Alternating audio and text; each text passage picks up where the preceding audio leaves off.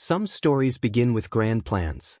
Others begin when two strangers reach for the same suitcase at an airport baggage claim on a Tuesday afternoon in September. This is one of those stories. This is the story of Maya Ellis and Ethan Vale, two people whose worlds collided because of a mistake, a scent, and the courage it took to admit they were both lost. The airport was chaos. Flight delays had backed up arrivals by 3 hours, and the baggage carousel spun endlessly while frustrated travelers crowded around it like vultures circling prey. Maya Ellis stood with her arms crossed, watching suitcases tumble past. She'd been at a floral design retreat in Charleston for the past week, learning new techniques, reconnecting with herself. But her mind was already back in Savannah, at Wild Bloom, her flower shop. The place that had saved her life after her engagement fell apart 18 months ago. She spotted a navy blue suitcase identical to hers and reached for it without thinking. Her hand collided with another hand in midair. There was a moment, just a fraction of a second, where their eyes met. His eyes were tired but sharp, the color of storm clouds. He wore an expensive watch and had his phone pressed to his ear with his shoulder, mid-conversation about market projections and quarterly returns. His suit was pristine. His expression was irritated at the interruption. She was wearing a flowing earth-tone dress with wildflowers embroidered on the hem. Her hair was twisted up messily. She smelled like garden soil and jasmine. "Sorry," he muttered, grabbing the suitcase she'd reached for and walking away without waiting for a response. He was already back on his phone, barking instructions to someone named Derek about a product launch. Maya watched him go, feeling that strange electricity you get when you brush against someone in a crowded place. But she pushed it aside. She had a business to run.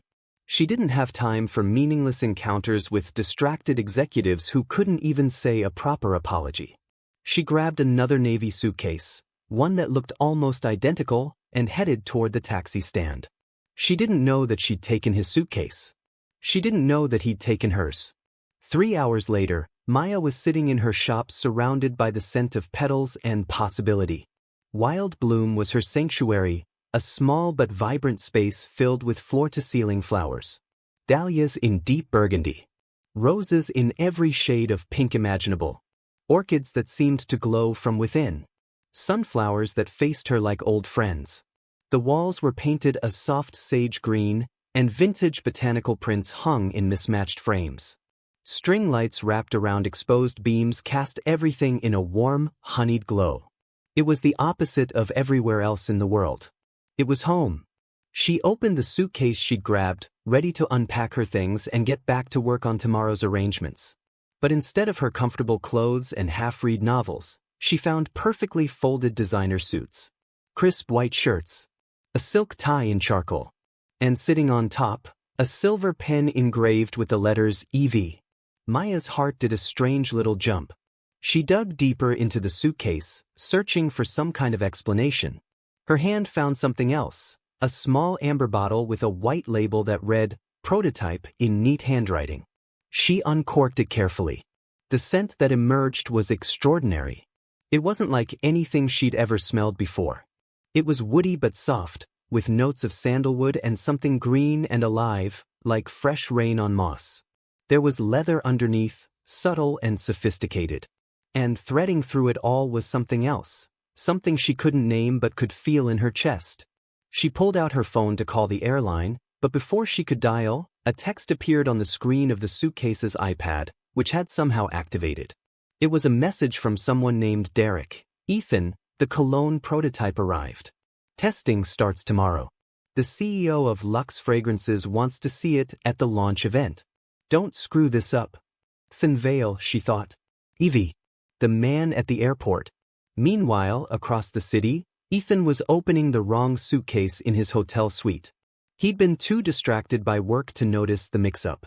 He'd thrown it on his bed and gone straight into the bathroom for a shower, trying to wash off the stress of travel and the anxiety of an upcoming product launch that kept him awake at night. When he emerged, he opened the suitcase expecting to find his things. Instead, he found a leather-bound journal, its pages worn and loved. He picked it up carefully, almost reverently. He didn't mean to invade her privacy, but the journal was already open to a page covered in beautiful handwriting. Scent as Emotion, the title read. When someone smells a flower, they're not just experiencing a fragrance. They're experiencing a moment in time, a memory, a feeling, a version of themselves they thought they'd lost. Flowers are proof that something beautiful can grow from nothing. They're proof that we can grow from nothing too. Ethan sat down on the edge of his bed, this elegant hotel suite that felt as cold and impersonal as his office, and he read page after page. There were pressed flowers between the pages, jasmine, lavender, wild roses. There were sketches of flower arrangements with tiny notes in the margins about color theory and emotional resonance. There was a sketch of a woman's face, her face, with the word, "Begin Again," written underneath. And everywhere, threaded through the pages like a recurring motif, was the scent of jasmine and something amber and warm. It had transferred from the flowers to the pages, and now his entire suite smelled like something alive and real for the first time since he'd arrived. He held the journal close, feeling something shift inside his chest. This journal was someone's soul on paper. It was vulnerable and honest and filled with so much hope that it physically hurt to read it. He found a name written on the inside cover, Maya Ellis. The next morning, they both called the airline simultaneously, each holding the other's suitcase like a piece of evidence in a case neither of them had agreed to solve. "I have your suitcase," Maya said when Ethan answered. "I have yours," he replied. "Your journal is extraordinary." There was a pause. Maya felt something twist in her stomach. Shame, maybe, that this stranger had read her most private thoughts. But also something else. Something like relief. Like she'd been holding her breath without knowing it, and someone had finally told her it was safe to exhale. Like this video if you're enjoying the story so far, and subscribe for more emotionally driven narratives that will make you believe in second chances. They agreed to meet at a cafe called the Ivy House, a neutral ground in downtown Savannah with cream-colored walls and mismatched vintage furniture. It was the kind of place that appealed to both of them without either of them knowing it yet. When Ethan arrived, he was still in his corporate armor, tailored jacket, expensive watch, the kind of cologne that cost more than most people's rent. But his face was softer than it had been at the airport. He was nervous, and it showed. He kept running his hand through his hair and checking his phone out of habit before forcing himself to put it away. Maya was already there, sitting in a corner with 2 cups of tea already steaming on the table. She'd changed since the airport too. She wore a simple white linen shirt with sleeves rolled up, and her hair fell in loose waves past her shoulders. There were floral tattoos on her wrists, a jasmine vine and a wild rose. She was nervous too, but she hid it better, or maybe she just had more practice with vulnerability. "Hi," Ethan said, standing awkwardly until she gestured for him to sit. "I'm sorry for being curt at the airport. I was on a work call." "I know. I heard you." She smiled, but there was something knowing in it. "I'm Maya." "Ethan." He sat down carefully, like he was afraid he might break her or himself or the fragile moment between them. "Your journal is remarkable. I know I shouldn't have read it, but I couldn't stop. It's like you're speaking a language I forgot I used to know." Maya's cheeks flushed. She wrapped her hands around her teacup. "That's very kind of you to say. Most people think I'm eccentric. Corporate people especially. They see flowers as decoration, not as emotion," Ethan finished. "I know. I'm one of those corporate people." "Are you though?" Maya tilted her head, studying him. "Or are you someone who became corporate to survive, but maybe lost yourself in the process?" Ethan felt like she'd reached inside his chest and squeezed his heart. How could she know that? How could this woman he'd just met see him so clearly? He'd spent the last 15 years building a brand, climbing a ladder, achieving everything he thought would make him happy. And somewhere along the way, he'd become a stranger to himself. "Maybe," he said quietly, "I don't know who I am without the company anymore." They talked for 3 hours. They talked about her failed engagement, how she discovered her fiancé didn't actually love her, he just loved the idea of her, the version of her that fit into his life. They talked about how she'd opened Wild Bloom as an act of rebellion, a way to reclaim herself. They talked about how Ethan had taken over Vale and company from his father and how every decision felt like a test he couldn't afford to fail. They talked about fear and vulnerability and the weight of trying to be perfect for a world that didn't really care. And they talked about flowers. About how a single bloom contains within it the entire universe of what it means to be alive. About how scent is the most emotional sense, how it bypasses the brain and hits the heart directly. About how the scent of jasmine, specifically, had historically been used in perfumery to evoke memories of first love and lost innocence. Maya told him about the day her fiancé left. How she'd found texts on his phone, love notes to someone else. How for 3 days afterward she couldn't eat or sleep or do anything but sit in her flower shop and cry until she had no tears left. But then she realized something had shifted inside her. I wasn't grieving him, she explained, her voice soft but steady. I was grieving the version of myself that I'd created for him. The version that was smaller and safer and less complicated. And I couldn't go back to being that person anymore. I didn't want to. Ethan listened intently, completely mesmerized. She was speaking about vulnerability like it was a superpower. He realized he'd never talked to anyone about his own fears before. Never admitted that beneath the tailored suits and the corporate success, he was terrified. Terrified of failing. Terrified of not being good enough. Terrified of becoming his father. My father died 5 years ago, he found himself saying. He built Vale and Company from nothing. He was brilliant and ruthless and completely consumed by his work. When he died, I thought I could fix everything. I thought if I could just make the company successful enough, his death would mean something. But I'm still not there yet. I'm still chasing his ghost while my own life passes me by. What would happen if you stopped chasing? Maya asked gently. I don't know. It terrifies me. Maybe that's where you need to start, she said. With the terror. Not the running away from it, but running toward it. Figuring out who you are when you're not running. I want you to help me, Ethan said finally, as they were paying for their tea. With my new product line. It's called Nature and Scent, and it's meant to be revolutionary. But it's missing something. It's sterile.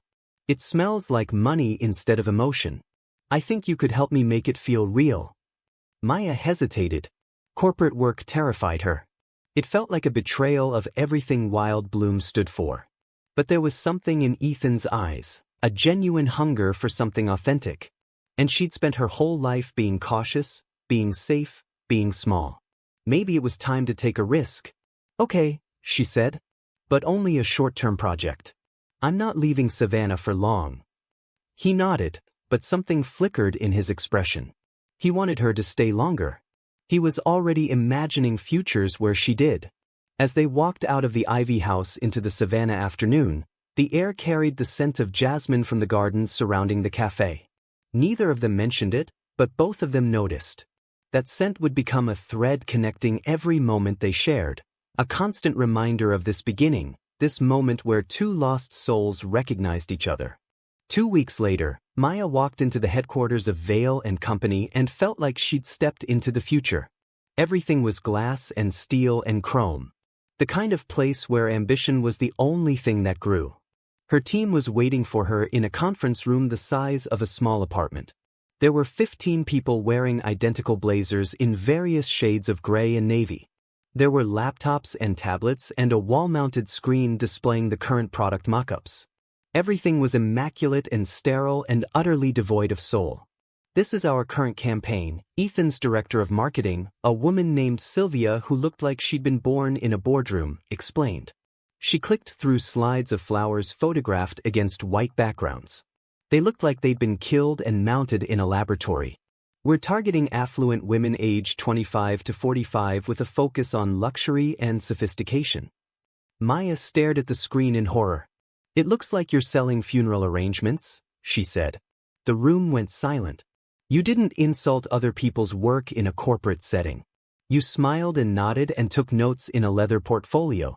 I mean, Maya continued, because she'd never been good at following unwritten rules, where's the joy? Where's the life? Flowers aren't beautiful because they're perfect or expensive or sophisticated. They're beautiful because they're alive. Because they grow from dirt and rain and struggle. Because they bloom despite all the odds. This, she gestured at the screen, This looks like it was designed by someone who's never actually held a flower in their hands. Ethan watched her from across the table, and something in his expression shifted. Everyone else looked uncomfortable, but he looked awake. Like she'd thrown cold water on him, and it felt good. "What would you do differently?" he asked. "I'd let people feel something," Maya said. "I'd make them remember why flowers matter. Not as a status symbol or a luxury good, but as a mirror for the beauty inside themselves. You're selling flowers. What you should be selling is permission. Permission to feel. Permission to be soft. Permission to grow." Over the next 3 weeks, everything changed. Maya transformed the campaign from sterile to sensual. She brought in flowers that were slightly imperfect, petals with natural color variation, stems that curved instead of standing rigidly straight. She insisted on close-up photography that showed the texture of petals, the way light played through them, the tiny imperfections that made them real. She fought with Sylvia about color theory and rejected at least 50 mock-ups for being too corporate. She sat in the office until midnight, sketching new arrangements and explaining to anyone who would listen why a slightly drooping flower told a better story than a perfect one. She was exhausting and difficult and completely intoxicating to the entire company. But especially to Ethan. She'd walk into his office, the one with floor-to-ceiling windows overlooking Manhattan, and that office would suddenly feel like it had windows into another world. She'd move through the space with this unself-conscious grace, picking up his expensive sculptures and looking at them with such genuine interest that he'd see them for the first time in years. She'd notice the absence of any personal touches, no photographs, no mementos, no evidence that a person actually lived inside this perfectly appointed space. "Where are your people?" she asked him one afternoon, picking up a photograph of him at his father's funeral. He looked absolutely devastated in it, standing alone in a cemetery, rain in his dark hair. "That's my father," he said. "He died 5 years ago. He was complicated. We weren't close.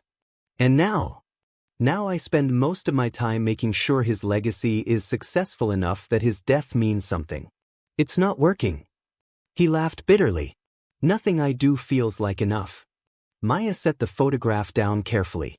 She reached across his desk and took his hand. Her fingers were calloused from work, and they were stained with soil and ink and dried flower petals. His hand was smooth, unmarked, a hand that had never built anything with its own strength. "Your father's legacy isn't the company," she said quietly. "It's you. And you're enough. You've always been enough. You just forgot how to believe that." That night, they ordered Thai food and stayed in his office until 2 in the morning. They sat on the floor with cartons of pad thai and glasses of wine, and they talked about everything. She told him about the first flower she ever loved, a wild rose that grew behind her grandmother's house. She told him about the night her engagement fell apart, how she'd found texts on her fiancé's phone, love notes to someone else, and how for 3 days afterward she couldn't eat or sleep or do anything but sit in her flower shop and cry until she had no tears left. Ethan listened to her voice in the silence of his office, surrounded by the hum of the city below, and he felt something crack open inside him. He'd spent so long building walls, constructing an identity, creating a self that was acceptable and successful and completely empty. And this woman, this beautiful, wild, alive woman with soil under her fingernails, was showing him that there was another way to be. He reached over and tucked a strand of hair behind her ear. She didn't pull away. They sat like that for a moment, balanced on the edge of something neither of them could name yet. "I'm terrified of you," he admitted. "Why?" she whispered. "Because you make me want to be honest. And honesty is the most dangerous thing in the world." They didn't kiss, but they might as well have. There was an intimacy to that moment that felt more profound than physical touch, the vulnerability of being truly seen by another person and choosing to stay anyway. The campaign launched 3 weeks later to critical acclaim. It was the most successful product release in Vail and Company history. The mock-ups Maya had designed appeared in every major luxury magazine. Women felt something when they looked at them, not envy exactly, but a kind of recognition. A sense that flowers were permission, just as she'd said. Ethan should have been thrilled. Instead, he was terrified. Because the moment the campaign was officially complete, Maya would leave. She'd return to Savannah and her flower shop, and their real life would resume. The corporate world would swallow him again, and he would go back to being the version of himself that was successful but hollow. He didn't want that. But he didn't know how to say it. The night before the official product launch event, they stood on his office balcony, looking out at Manhattan twinkling below them like a collection of stars that had fallen to earth. Maya was wearing a dress the color of midnight, and the city lights caught in her hair. "Thank you," Ethan said. "For everything. For changing how I see my own company. For changing how I see myself." "You would have figured it out eventually," Maya said. But they both knew it wasn't true. "Will you come to the launch party tomorrow?" he asked. "It's going to be insane. Fashion people, beauty influencers, journalists. But I want you there. I want you to see what we built together." She hesitated. "I'm not sure that's a good idea." "Why not?" "Because I don't belong in your world, Ethan. And I don't want you to belong in mine. I like who you are when you're with me, but I don't want that to be the price of being with me. I don't want you to have to choose." "What if I choose you anyway?" he asked. "What if that's not a sacrifice for me? What if that's exactly what I want?" But before she could answer, his phone buzzed. It was his PR manager, sending him a link to a celebrity gossip website. The headline made his blood run cold: "Veils hidden romance, So and his mysterious consultant spotted in intimate moments." There were photographs. Grainy shots of them holding hands in the office. A picture of them laughing together at the Thai restaurant. A screenshot of them on the balcony, and though nothing inappropriate was happening, the implication was clear: they were romantically involved. "No, no, no," Ethan muttered, scrolling through the article. "This is going to be a nightmare." "What happened?" Maya read over his shoulder, and her face went pale. His phone started ringing. It was Sylvia. Then Derek. Then his board of directors. Everyone wanted to know who she was and whether their consulting arrangement had been compromised by a personal relationship. Everyone wanted him to deny it or end it or make it go away. "You have to distance yourself," his lawyer said, when Ethan finally called her back. "This kind of relationship could compromise the integrity of your brand. If you want to maintain shareholder confidence, you need to make it clear that your professional relationship with Maya Ellis is over." "She's not a scandal," Ethan said. She's bad for business," the lawyer interrupted. "That's all that matters right now." Ethan looked at Maya, who was standing with her arms wrapped around herself, trying to be small. He'd watched her do this before, watched her take up less space, make herself quieter, fade into the background. She always did it when she was afraid of hurting someone or burdening them. It broke his heart every time. "I won't do it," he said. "I won't distance myself from her." "Then you need to be prepared for the consequences," the lawyer warned. But the consequences came faster than he expected. By morning, the story had gone viral. There were think pieces about whether emotional connections compromised professional judgment. His stock price had dropped 2%. The board had called an emergency meeting. And Sylvia had informed him that they were pulling the Nature and Scent campaign from stores unless he made a public statement distancing himself from the project. It was corporate warfare disguised as concern for the brand. Maya was waiting for him in the lobby when he got to the office. She'd packed a bag. She was leaving. "You have to end this," she said, and her voice was steady but her eyes were wet. "I'm not worth your career, Ethan. I'm not worth destroying everything you've built." "You're worth more than my career," he said. "You're worth more than all of it." "Then you're choosing wrong," she replied. "I can't be the reason you lose everything. I won't be. I'd resent you for it, and you'd resent me, and whatever this is between us would curdle into something poisonous. That's not love. That's just destruction wearing a pretty dress." "Maya." "I'm going back to Savannah," she said. "And you're going to take the board's advice. You're going to make the statement. You're going to save your company and your reputation. And you're going to forget about me." "I could never forget about you," he whispered. "Then I guess we both lose," she said. And she walked out of his life. For 3 weeks, Ethan moved through the world like a ghost. He made the statement. He distanced himself from the campaign. He attended board meetings and made quarterly projections and did all the things a successful CEO was supposed to do. But he was hollow. Every decision felt pointless. Every achievement felt empty. He'd built an empire on strategy and calculation, and it had cost him the only person who'd ever made him feel alive. Meanwhile, in Savannah, Maya threw herself into her work with desperate intensity.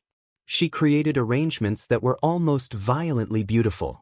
She started taking commissions from people all over the country, shipping carefully packaged flowers across the miles.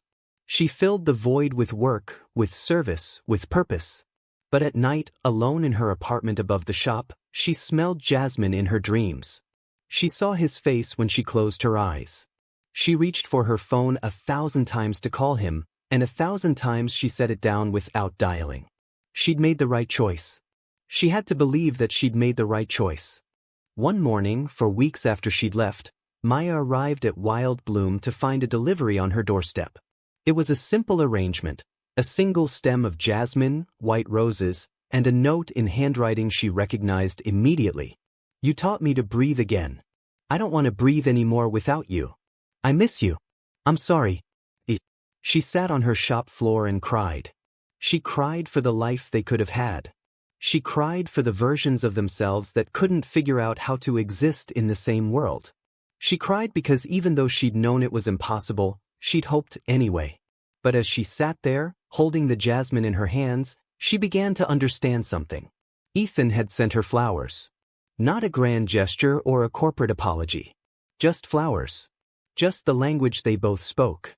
Just a small act of vulnerability that said everything. She picked up her phone and called him. He answered on the first ring, like he'd been waiting for her call. "Hi," he said, his voice raw. "Hi," she replied. "I quit," he said. "I'm not CEO anymore." "What?" "I quit. 2 days ago. I realized something, Maya. I realized that I was building my entire life around a company that my father started, not because I loved it, but because I was terrified of disappointing him. Even though he's been dead for 5 years. I was so busy being afraid of his judgment that I forgot to live." "Ethan, let me finish," he said. "I'm starting over. I'm consulting for small businesses, helping them build brands with actual soul instead of just profit. I'm teaching a class at the business school about ethical leadership. I'm doing things that matter to me, not just things that impress people. And I was going to do all of this anyway, but I wanted to do it with you. I wanted to ask you if you'd be willing to help me. To build something real together." "I don't know," Maya said slowly. "I'm scared, Ethan. I'm scared of being hurt. I'm scared of losing myself in a relationship again. I'm scared of—" "I know," he interrupted gently. "I'm scared too. But I'm more scared of living the rest of my life without you. So here's what I'm thinking. You don't have to move. You don't have to change who you are or what you do. What if we just try? What if we start small and see where it goes? No grand plans, no pressure. Just you and me, figuring it out as we go?" "Okay," she whispered. "Okay, let's try."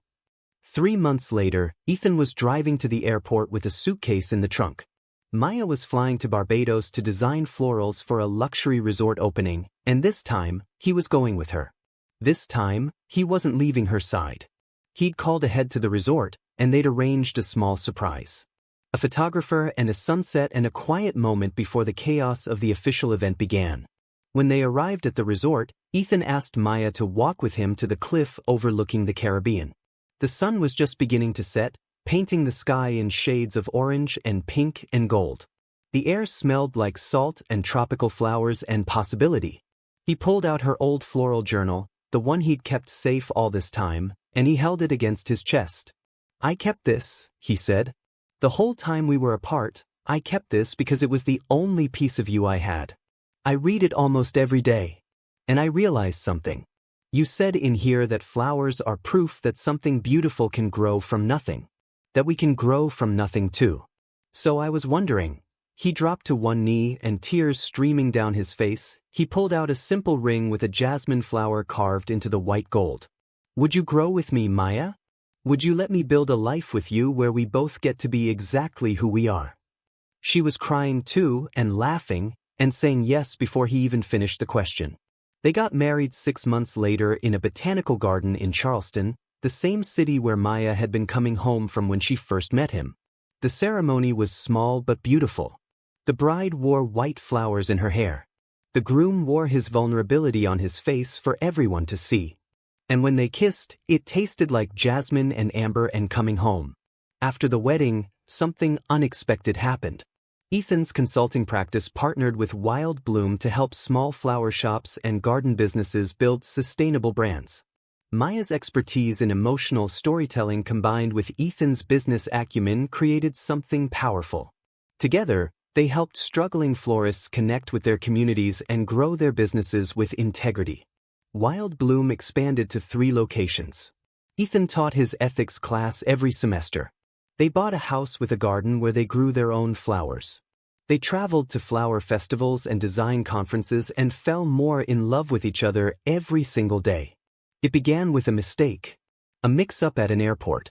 A suitcase grab in a moment of distraction. A scent that lingered in the air between 2 strangers. But it became something real. Something rooted and growing and alive. Because that's what love is, really. It's not the grand gesture or the perfect moment. It's 2 people choosing over and over again to be honest with each other.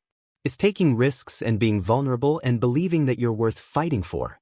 It's finding someone who sees you clearly and decides you're worth keeping. Years later, when people asked Ethan and Maya how they met, they'd smile at each other and say, "We grabbed the same suitcase at an airport." It was a good story, but it wasn't the real story. The real story was harder to explain.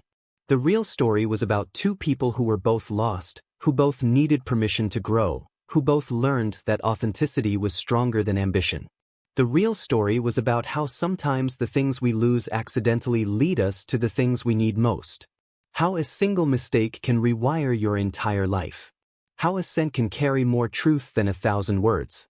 Maya and Ethan's partnership began transforming the floral industry in ways neither of them could have predicted. They started a nonprofit organization called Bloom and Breathe that taught underserved communities about sustainable gardening and the therapeutic benefits of flowers. They created a scholarship fund for aspiring floral designers from low-income backgrounds. They wrote articles together about the psychology of scent and emotion, published in major wellness magazines. But more than that, they showed the world what was possible when 2 people decided to build something authentic together. When ambition didn't have to mean sacrificing your soul. When success was measured not in quarterly earnings but in the lives you touched and the beauty you created. Their home in Savannah became a gathering place for artists and entrepreneurs and dreamers. They held dinner parties in their garden, surrounded by jasmine vines and wild roses, where people shared their stories and their struggles and their hopes. Ethan brought his business expertise and strategic thinking.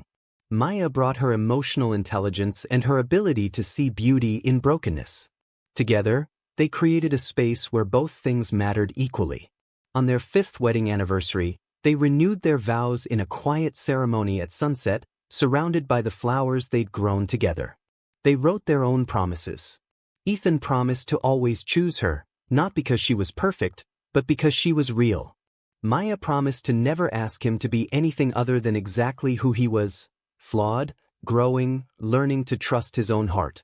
They exchanged new rings, both carved with jasmine flowers, and they kissed as the sun dipped below the horizon, painting the sky in shades of gold and rose and deep purple. Later that evening, sitting on their porch with glasses of wine and the scent of evening jasmine surrounding them, Ethan turned to Maya and said, "I've been thinking about something. That day at the airport. If we hadn't grabbed the wrong suitcases, if that one moment had gone differently, we would never have met." "But we did meet," Maya said. "And I think about that a lot, too. About how life is just a series of small decisions, small moments, that create this ripple effect. Most of them we never even notice. But every once in a while, everything aligns. And something becomes."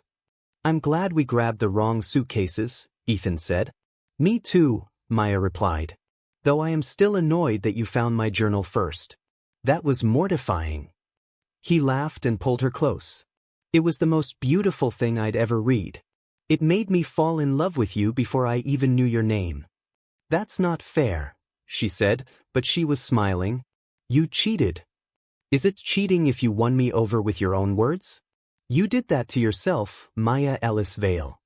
They sat in comfortable silence as the night deepened around them, the jasmine scent growing stronger as the temperature dropped. Inside their home, photographs lined the walls, their wedding day in Charleston with wild flowers and bare feet. Ethan at the podium teaching his ethics class, with students leaning forward, completely engaged. Maya cutting ribbons at the opening of new wild bloom locations. Both of them at charity galas, speaking passionately about sustainable floristry and ethical business practices. But there were other photos too. Softer moments. Ethan in his home office, working on business plans with a cup of tea steaming beside him. Maya arranging flowers in the early morning light, completely absorbed in her work. The two of them laughing uncontrollably at some joke only they understood. Sleeping on the couch with their heads touching. Dancing in the kitchen without music. All the small, unremarkable moments that actually make up a life. Do you ever miss it? Maya asked one day, about 2 years into their marriage. They were sitting in their garden, surrounded by flowers they'd planted together. The corporate world? The ambition? The power? Ethan thought about it carefully. He'd asked himself this question many times. No, he said finally. I miss the certainty, sometimes. You know exactly where you stand in a corporate hierarchy. You know what success looks like. You know what failure means. But I don't miss the emptiness. I don't miss feeling like I was constantly failing at being myself. Do you think you made the right choice? Maya pressed. Leaving it all behind? I don't think I left anything behind, he replied. I think I finally picked something up. I picked up my own life. I picked up you. I picked up the chance to build something meaningful instead of something impressive. And yeah, I'd make that same choice every single day. But it wasn't always easy. There were moments when Ethan's competitive drive would surface, and he'd feel frustrated that he wasn't climbing higher, accumulating more, proving more. There were times when Maya worried she trapped him, limited his potential. They talked about it honestly. They went to therapy. They worked through it together because they'd promised each other that honesty was the foundation of everything they built. One autumn, Ethan received an unexpected phone call. The new CEO of Vale & Company, the person who'd replaced him, had run the company into the ground. They were losing market share. They were losing employees. The board was desperate. They wanted Ethan to come back. They were offering him a position as Chief Creative Officer with complete autonomy and a salary that would make him wealthy beyond measure. He listened to their pitch carefully. He didn't say no immediately. He told them he needed to think about it. That night, he and Maya talked for hours. He laid out both scenarios. The practical argument for returning, the financial security, the ability to reshape the company's culture, the validation of being wanted again. The argument against, the time commitment, the stress, the way it had consumed him before. What do you want? Maya finally asked him. I want to work with you, he said. I want to keep teaching. I want to keep consulting for small businesses. I want to keep building our nonprofit. I want to have dinner with you most nights. I want to take vacations without checking my email. I want to grow old with you in this house, in this garden, surrounded by flowers and friends. Then that's your answer, Maya said. But are you sure? The money would. We have enough, she interrupted. We have more than enough. We have a life. That's rarer than money, Ethan. That's rarer than power. He called the board back the next day and declined. It was the easiest no he'd ever said. Over time, their work expanded in ways they never expected. They started speaking at universities and business conferences about building brands with soul. They wrote a book called The Courage to Bloom about their story and their philosophy on business and love and authenticity. The book became a bestseller, and suddenly they were known as the couple who'd chosen love over ambition and who'd somehow managed to succeed at both. But success wasn't the point anymore. The point was that they woke up every morning and looked at each other and felt grateful. The point was that their work mattered to people. The point was that they were building something that would outlast them, not in terms of legacy or money, but in terms of lives changed, hearts opened, businesses built with integrity. Years passed. They got older. There were lines on their faces that hadn't been there before. Gray streaked through their hair. Their bodies changed, but their love didn't diminish. If anything, it grew deeper. Because they'd chosen each other year after year, through challenges and growth and transformation. Sometimes, on quiet evenings, Ethan would ask Maya, "Do you ever wonder what would have happened if we'd grabbed the right suitcases that day at the airport?" "All the time," she'd answer. "But then I remember that there's no such thing as the right suitcase. There's just the suitcase you grab. And everything that happens after that is the life you make." "That's very philosophical for someone who just likes flowers," he'd tease. "Flowers are philosophy," she'd reply. "They're proof that something beautiful can grow from anywhere. They're proof that mistakes can lead to miracles. They're proof that the most fragile things in the world can survive anything if they're rooted in the right place." On their 10th anniversary, they returned to the airport where they'd first met. They stood at the baggage carousel and recreated the moment, reaching for the same suitcase, their hands colliding midair. But this time they laughed. This time they kissed. This time, there were no cell phones or work calls to distract them. A stranger watching them asked if they were on their honeymoon. "No," Ethan said, pulling Maya close. "We're on our life." If you're watching this right now, and you're feeling lost or stuck or like the life you're living isn't the life you imagined, I want you to remember Maya and Ethan. I want you to remember that the biggest moments in your life often arrive accidentally. That mistakes can be miracles. That you get to choose, every single day, who you want to be and what you want to build. You get to choose authenticity over achievement. You get to choose love over ambition. You get to choose growth over certainty. And here's the beautiful part. When you choose those things, everything else that actually matters tends to follow. Your scent, your authentic, real, beautiful self, is enough. Someone out there is waiting to recognize you. Growth often starts with a mistake, and the most beautiful things in life usually arrive unexpectedly.